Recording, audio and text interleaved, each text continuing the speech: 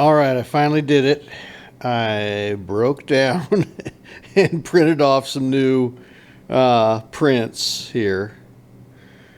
So that's my original picture.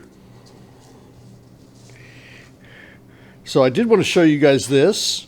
That's me in relationship to this tree, the ghost tree.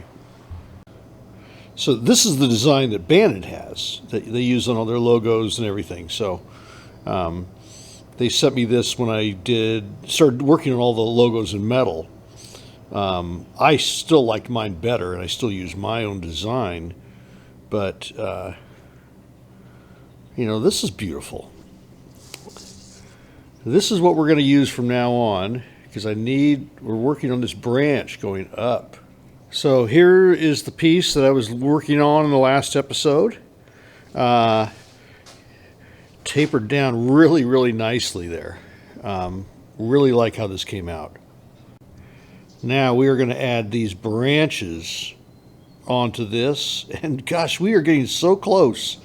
One of the reasons I've been really concentrating on the big tree as opposed to the smaller one is because I'm running out of Giants games, and my goal was to work on the Giants, or work on the tree while I'm listening to the Giants. So that always hasn't been the case. I've probably put a few more hours on the tree than the actual Giants have played. Busy kind of time of the year for me right now. But let me tell you how much I have absolutely loved this project. I can't say one step of it wasn't fun and rewarding. Benny loved it. Benny and his ball. I've hit 1 million pitch shots whacking that ball. He has been here every step of the way also. We've got a lot of things left to do. We've got to beef up that base. If you go back to other videos, you'll see how that branch was just pretty much a piece of 1.5 inch pipe. That was a piece of 2-inch pipe. But we would just keep beefing it up on the base. It looks so much better. That one up top, I'm going to put a little bit more to that base there. Where it attaches, just give it a little bit more size. Every time I look at the picture, I think, all right, this branch is in the wrong spot, that branch is in the wrong spot. But every time I look at a different picture, I go, oh, that's pretty darn close to where it needs to be. What I like about this design is I'm really, really trying to keep it balanced. So it's not going to necessarily stand up on its own, but it's going to be really, really, really close. And I think that's just going to help with the longevity. It's really, really cool. We're going to talk about Old Mac in the next episode, the actual golf course, and how it just highlights that, that whole course. It ties it together. It is old. At the same time, it's beautiful. And the golf course at Bandon, Old Mac, has an old style. It's just a mixture of different holes from all over and ties in beautifully with the landscape.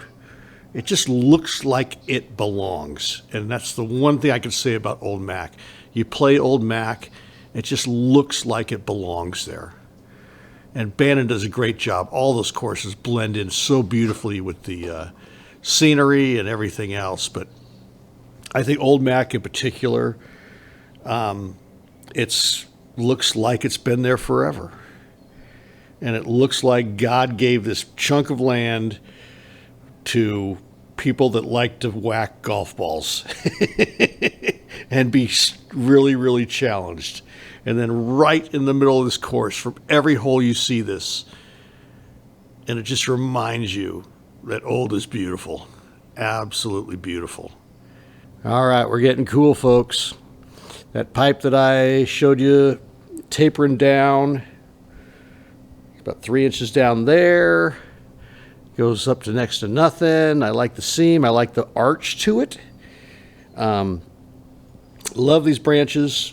This is pretty much right off the picture. So this branch right here goes right there on that sleeve and shoots up. So anyway, I think it's probably about 18 feet when it's all said and done. That's, you know, about 1/6 scale of the actual tree itself.